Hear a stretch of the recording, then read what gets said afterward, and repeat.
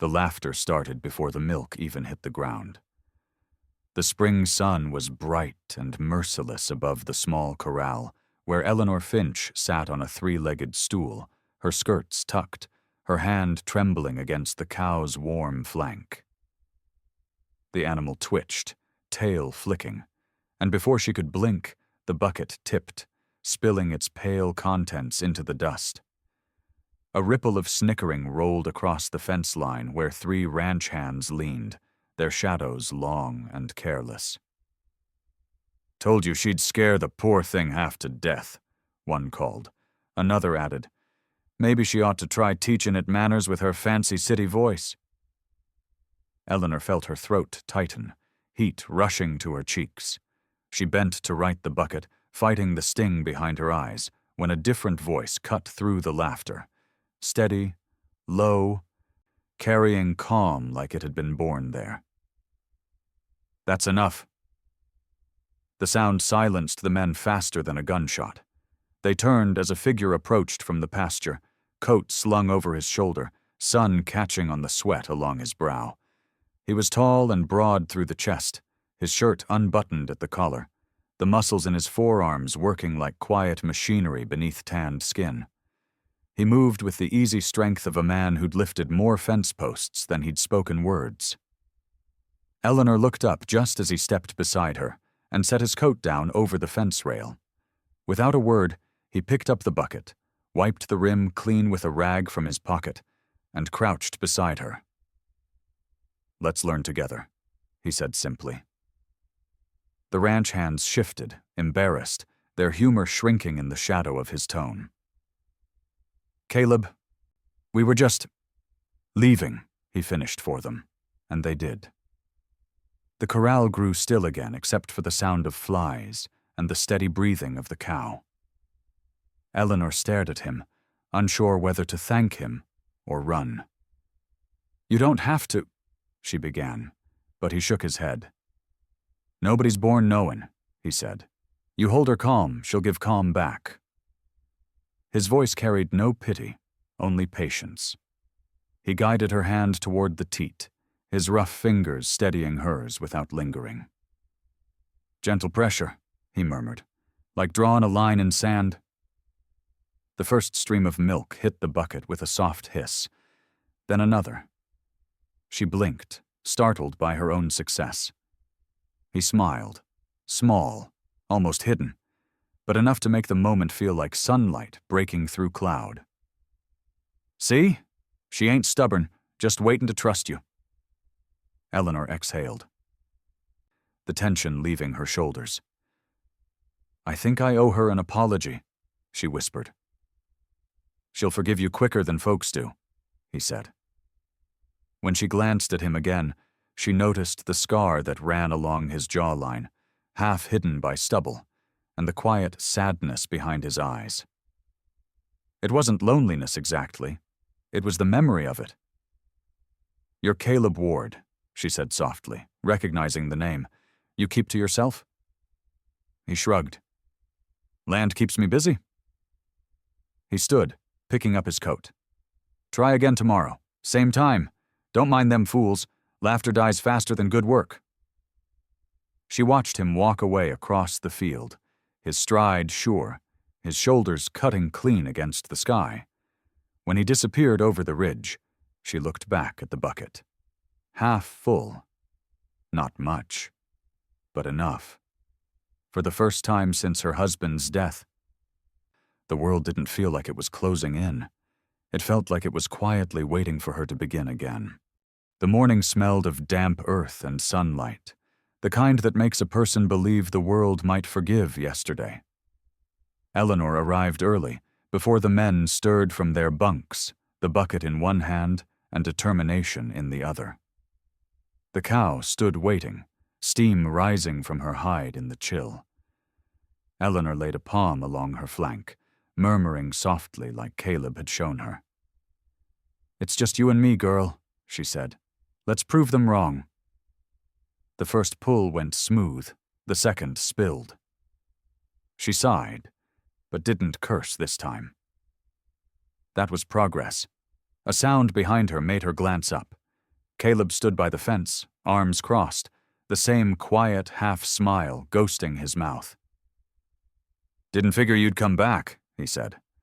"Didn't figure I'd quit," she replied.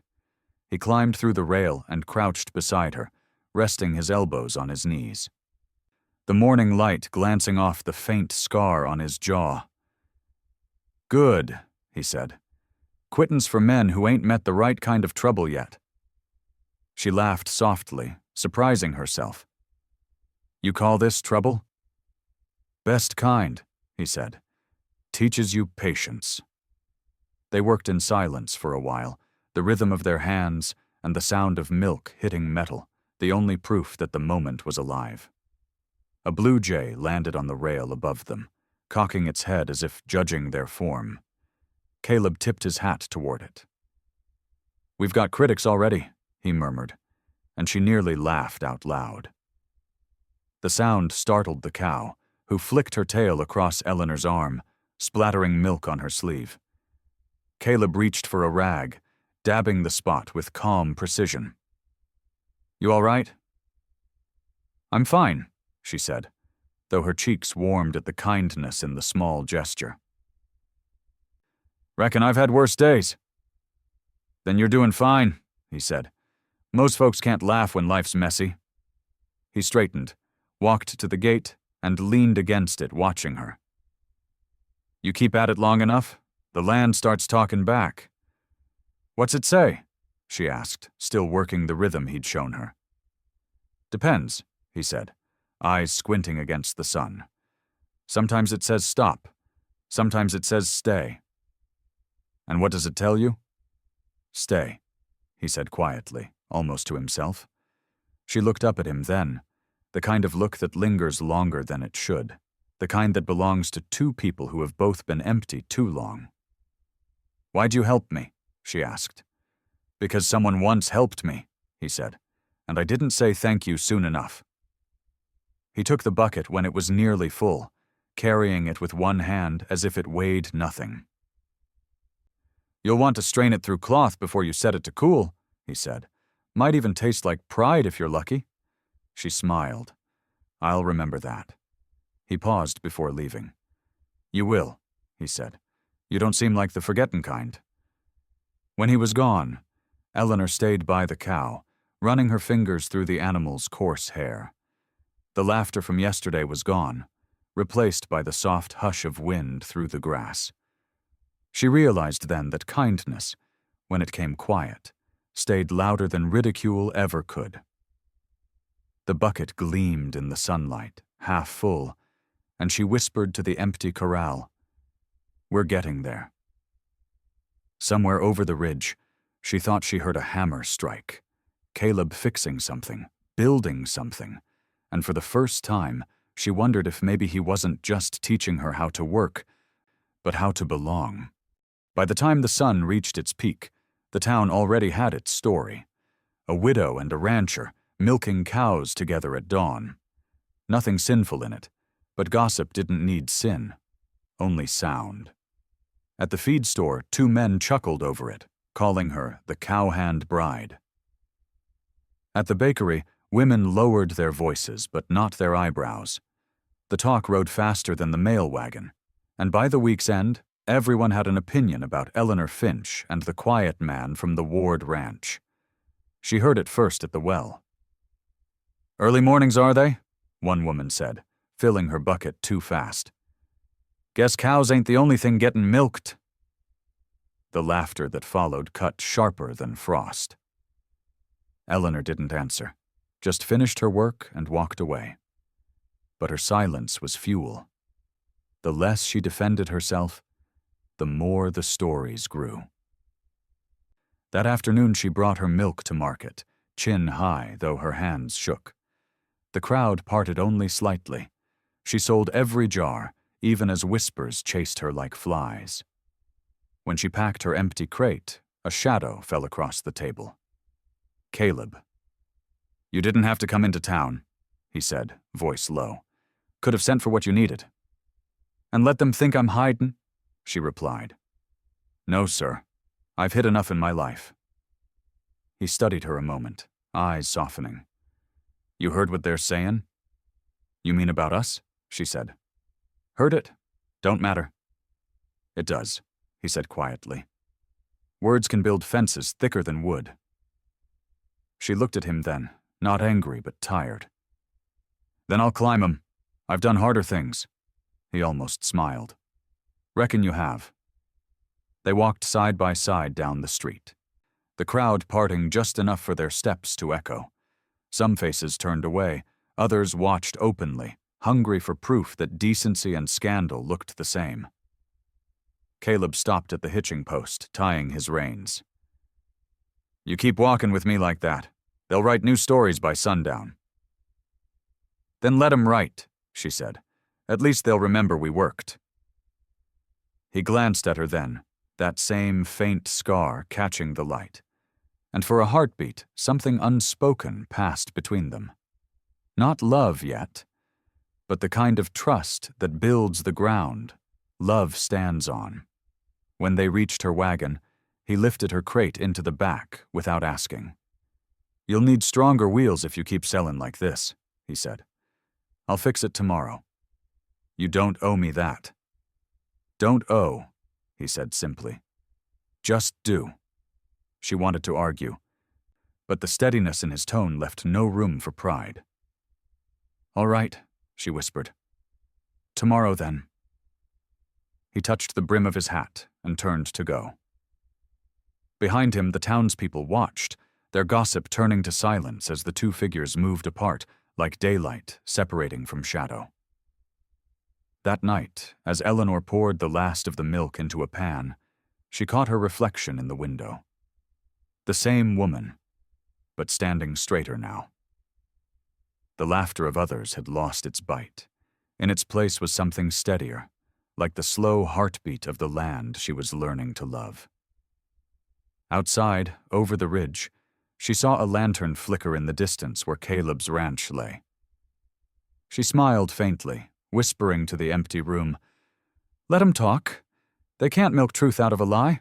Caleb arrived before sunrise, the mist still low over the pasture, and the world quiet except for the steady rhythm of his boots on frozen grass. Eleanor was already outside, apron tied, hair pinned, breath fogging in the pale light. She didn't look surprised to see him, almost as if she had known he'd come.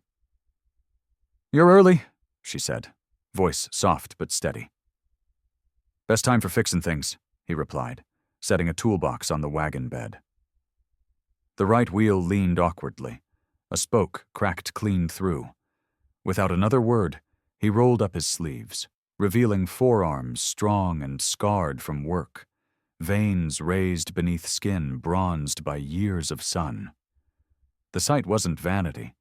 It was a record of survival, and Eleanor found herself staring before she caught it and looked away. He noticed but said nothing, just knelt beside the wheel, hammer striking wood in clean, certain rhythms. Each hit echoed through the morning like the ticking of time made honest. Eleanor stood nearby, hands restless. You don't have to do it all yourself, she said. I could help. Already are, he said without looking up. Talking keeps the ghosts quiet. She smiled faintly. You got many? Enough to keep me company. The sun began to rise over the ridge, gilding his hair with gold. When he straightened to test the fit, sweat had gathered along his collar, and he wiped it away with the back of his wrist. Try it now, he said. She climbed into the wagon and eased it forward.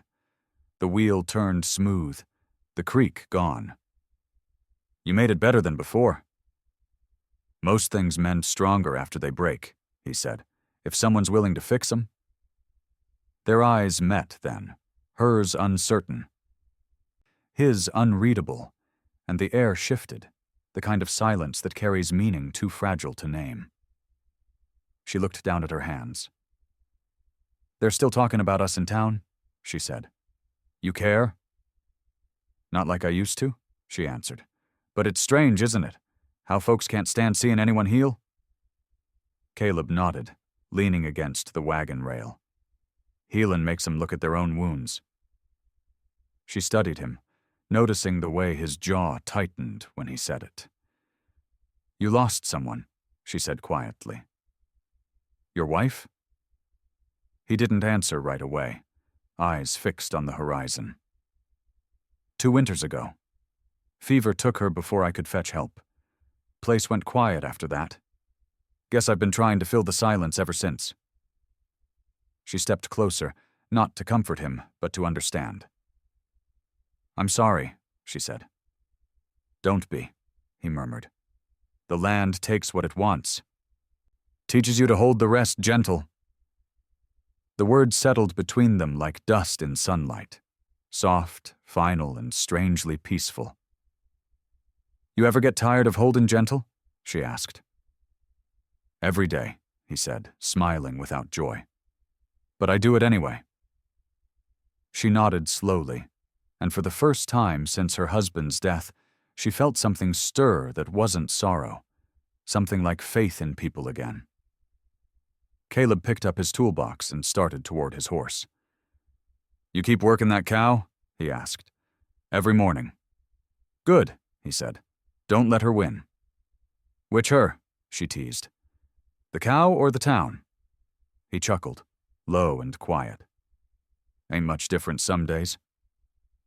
She laughed, real and unguarded this time, and he looked back over his shoulder, his eyes catching hers in a moment that felt like sunrise breaking open. When he rode away, the wheel turned true behind her, and she whispered to herself, "He's right. Some things mend stronger." By midsummer, the air had turned to dust.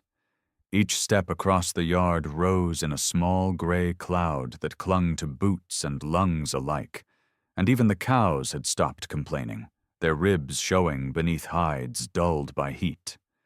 Eleanor stood at the pump, pressing the handle until her arm ached, but the spout only groaned and spat a few muddy drops. She glanced toward the ridge where Caleb's ranch lay hazed in the distance. He'd warned her weeks ago that the river was thinning, but she'd hoped stubbornness could make it rain. It couldn't. When a horse appeared through the shimmer of heat, she almost thought it a mirage until she saw the old hat and easy posture.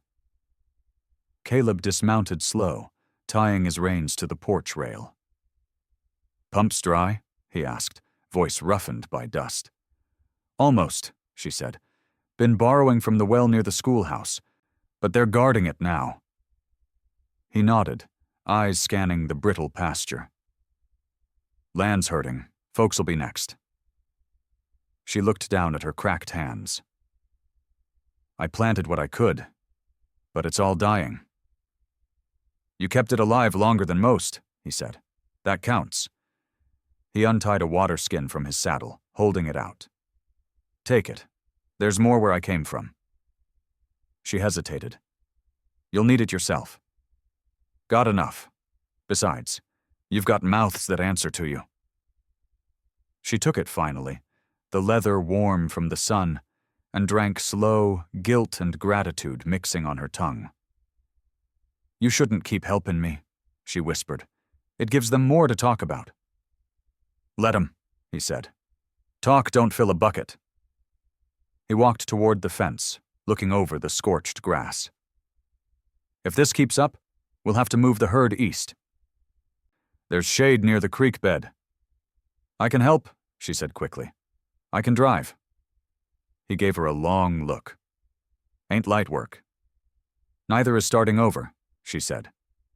His mouth twitched, almost a smile. "Fair point." They spent the next hours driving posts, moving feed, hauling what little water they could find. The sun baked them in silence, but not the kind that weighed. It was a silence that trusted itself. Once, as she reached for a rope, her hand brushed his, rough and calloused, and neither pulled away. Later, when a gust of wind carried sand across the fields, she stumbled, coughing, and he caught her by the shoulder. "Easy," he said, steadying her. "Don't fight the dust. Turn from it." She leaned against him for a breath, the smell of sweat and pine and sun-warmed leather anchoring her back to something human. "You always this calm when the world's burnin'?" she asked. "Can't help much if I'm not," he said. They worked until the light turned orange, and the horizon shimmered like glass. When it was done, he poured what remained from his canteen into her hands to wash the dirt from her face. "You'll have to come by the ranch tomorrow," he said. "We'll load the herd together." "You sure you trust me with that?" she teased, faint smile beneath the grit. "You're the only one still standing," he said, mounting his horse. As he rode off, the dry wind lifted the hem of her dress, and the dust settled around her like a veil. She watched until he disappeared over the ridge, the sun dying behind him, and whispered to the empty field, "Let it rain, if only once more." But deep down she knew, whatever mercy came next, it would begin not from the sky, but from the man who kept showing up when everyone else stayed home. The sun rose flat and white the next morning, painting everything in a harsh light that left no shadows, only truth. Eleanor rode beside Caleb along the narrow trail that led to his pasture, her skirts tied up and a bandana around her neck against the dust. She hadn't been this far from town since her husband's funeral, and for a moment she almost turned back, afraid the memories would catch her halfway. But Caleb's calm steadied her. He rode easy, one hand resting on the reins, the other lifting now and then to point at something worth knowing. A dry creek bed, a patch of grass that had survived, a hawk circling high above. "You see that?" he said. "Means there's still mice down there. Where there's mice, there's water not far beneath." "You rid the land like scripture," she said.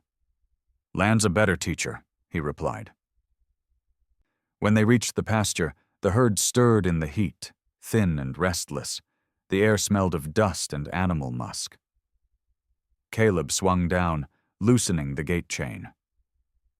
"They're half mad from thirst," he said. "Keep your voice low, move steady." She nodded, gripping the fence rail to climb down, but the wood gave way under her hand. She lost her balance, landing hard, the impact knocking breath from her chest. Caleb was beside her before she could rise. "You hurt?"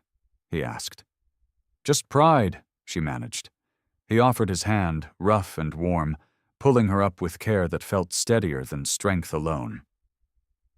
"Pride mends slower than bone," he said with a small grin. "Try not to break it again."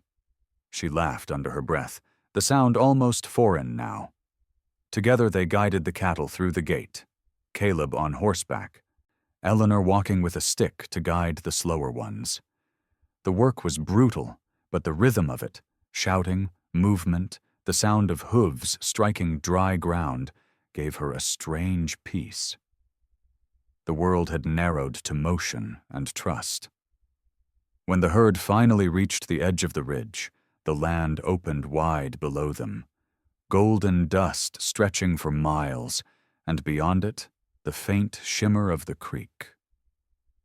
"There," Caleb said, pointing. "That's where they'll drink."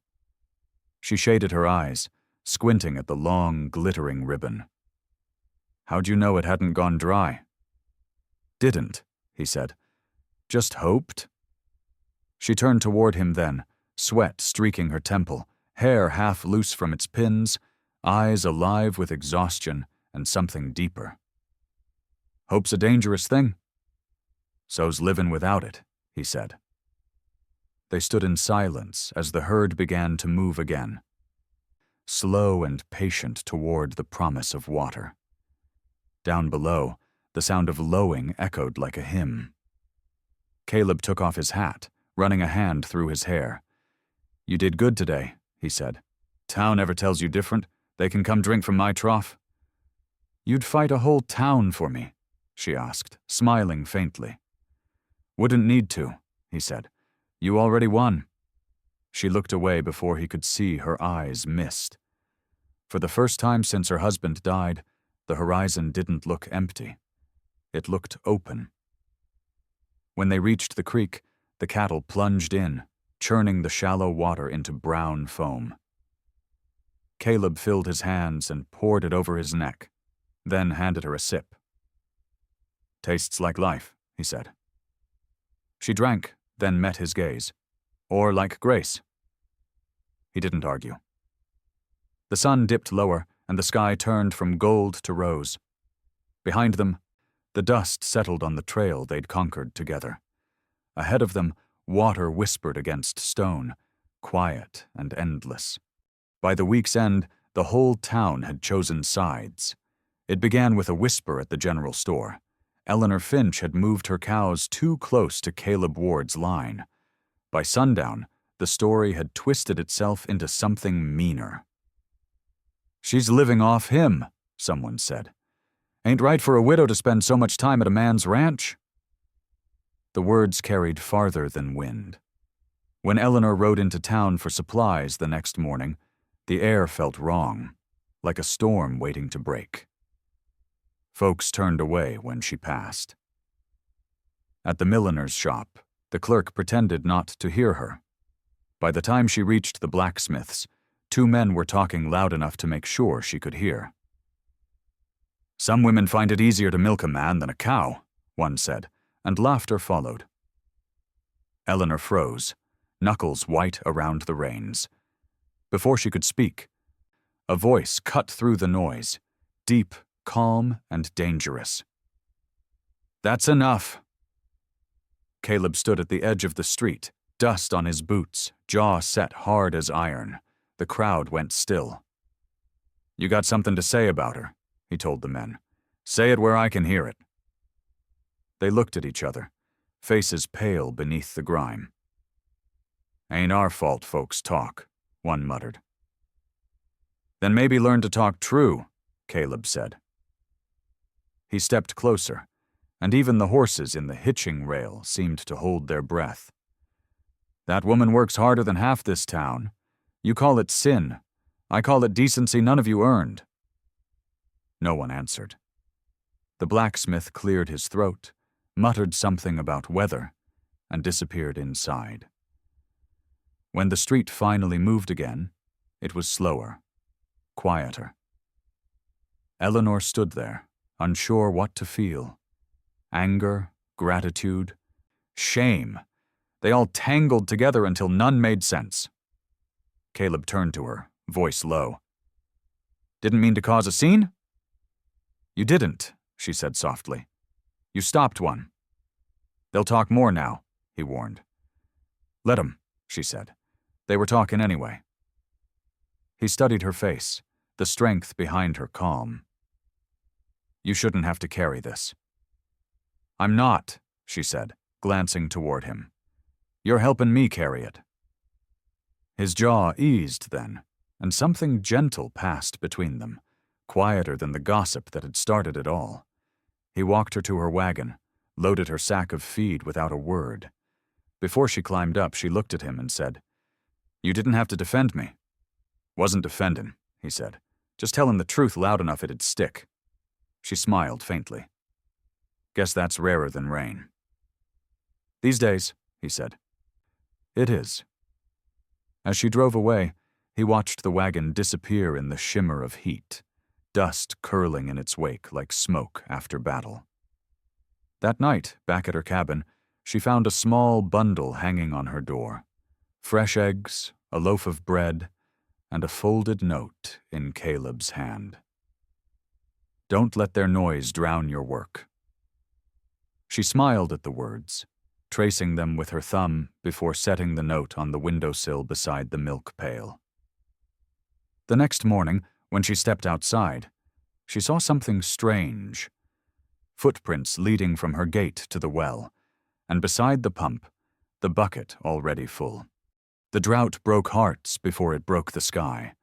By late August, the pastures lay silent and gray, every blade of grass turned brittle as bone. One by one the cows fell sick from the heat, and by the time Eleanor reached the barn that morning, only one stood. The old brown heifer she'd nursed through winter, the same gentle creature who'd taught her patience when the town hadn't. The animal swayed on her feet, sides heaving, eyes dull. Eleanor dropped to her knees beside her, whispering, "Come on now, girl. Not you." She tried to feed her a handful of hay, but the cow turned away, too weak to chew. The air smelled of dust and despair. She pressed her forehead to the animal's neck and whispered, "Just hold on." The sound of hooves approached behind her, slow, deliberate. "Eleanor?" Caleb's voice, steady but heavy. She looked back, eyes red. "She's dying," she said. He crouched beside her, hand resting on the cow's shoulder. "She's fought longer than most." "I can't lose her too," Eleanor said. "She's all I had left." Caleb said nothing at first, only stroked the cow's coarse hide. "Then she's not gone yet," he said quietly. He rose, walked to his horse, and returned with a small sack of grain. "It's all I got till the next wagon. Might buy her another day." Eleanor poured the grain into her palm and coaxed the cow to eat. A few kernels disappeared, slow but sure. Tears welled in her eyes. "You always find something to give," she whispered. "Don't got much else," he said. They sat together in the stillness, the only sounds the cow's shallow breaths and the creak of the barn roof. "When I first came here," she said softly, "I thought I was too small for this life, too weak. But she taught me I wasn't." "That's how the land works," Caleb said. "Breaks you just enough to make you real." "And what about you?" she asked. "What did it make you?" He looked down, thumb tracing the edge of his hat. "Lonely," he said, "till you showed up spilling milk and proving me wrong." She laughed through her tears, and for a second, the barn felt alive again. The cow shifted, letting out a low, soft sound.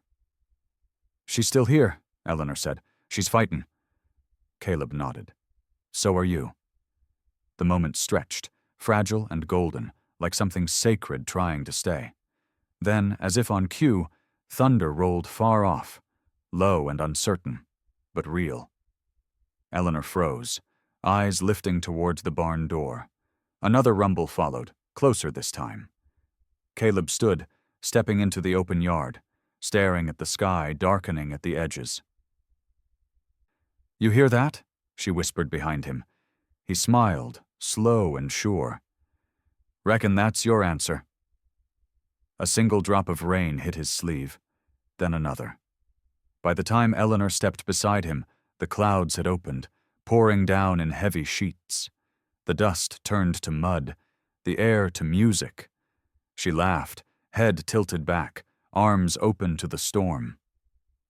Caleb just watched her, rain carving paths through the dirt on his face.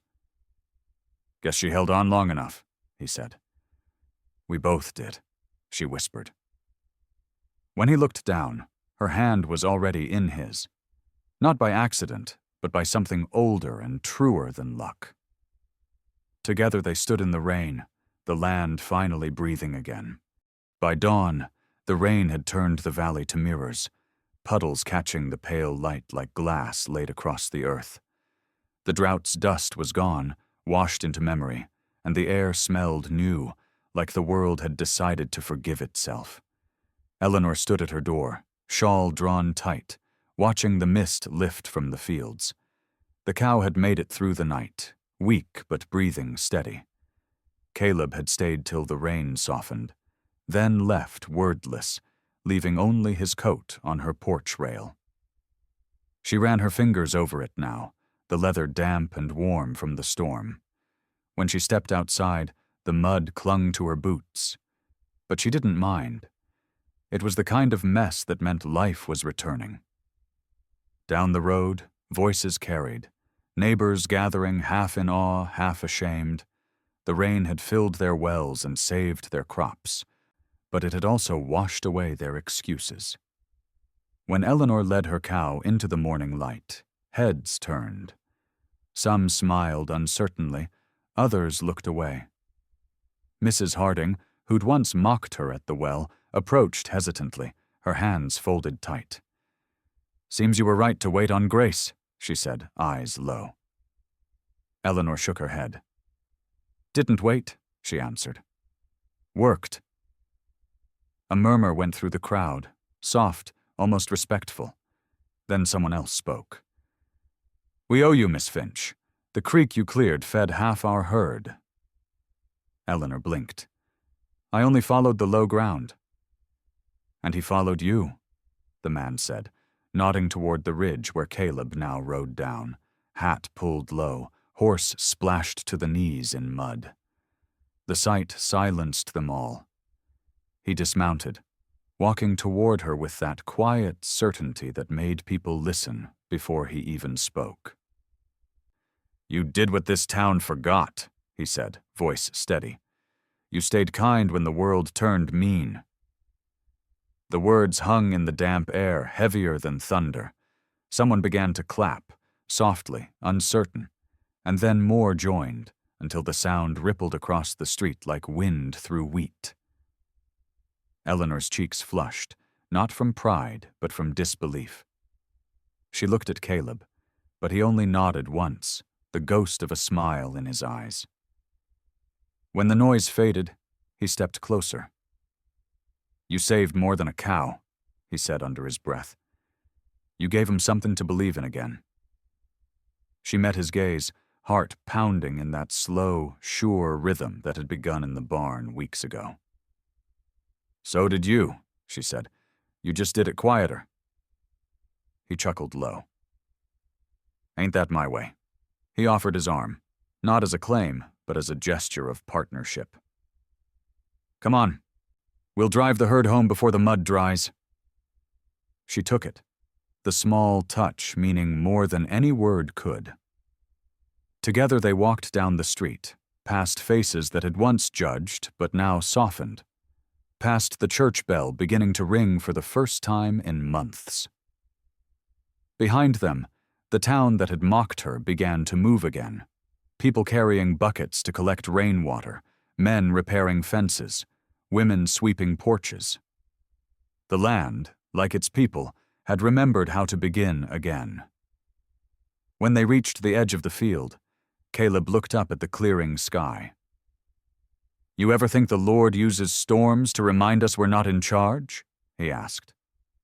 "Maybe," Eleanor said, "or maybe he just sends the right company to stand in the rain with." He smiled then, real and unguarded, and together they stepped into the open field that had once been nothing but dust. Autumn came slow that year, as if the land didn't want to rush its own recovery. Grass returned in shy greens, the creek sang louder each morning, and the air carried the scent of harvest instead of ash. Eleanor's cabin no longer looked lonely. It looked lived in. The bucket by the well gleamed clean, the barn roof mended, and the sound of lowing cattle filled the yard again. She stood by the fence, sleeves rolled, hair undone from work, watching the herd graze on what had once been barren soil. Behind her, hammer strikes echoed in rhythm, Caleb fixing the last beam of the small lean-to he'd promised to build before winter. "Reckon that'll hold," he said, stepping back, wiping his hands on his trousers. "You ever do anything halfway?" she asked. "Only mistakes," he said. She laughed, the sound easy now, not guarded like before. He leaned against the post beside her, gaze sweeping over the field.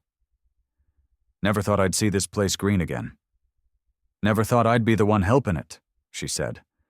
He turned to her, voice quiet. "You did more than help. You kept it honest." The wind carried the faint smell of rain from far off, but it was gentle this time, not threatening, just a reminder. "Town still talking?" he asked after a moment. "Less than before," she said. "They wave now. Some even buy my milk without counting the jars twice." "That's frontier forgiveness for you," he said with a half smile. "Costs less than pride, worth more than gold." She looked at him, sunlight catching in her eyes. "And you? You still riding fences alone?" "Not lately," he said. "Seems there's work worth staying near." She caught the meaning, but didn't press it. Instead, she handed him a tin cup filled with fresh milk.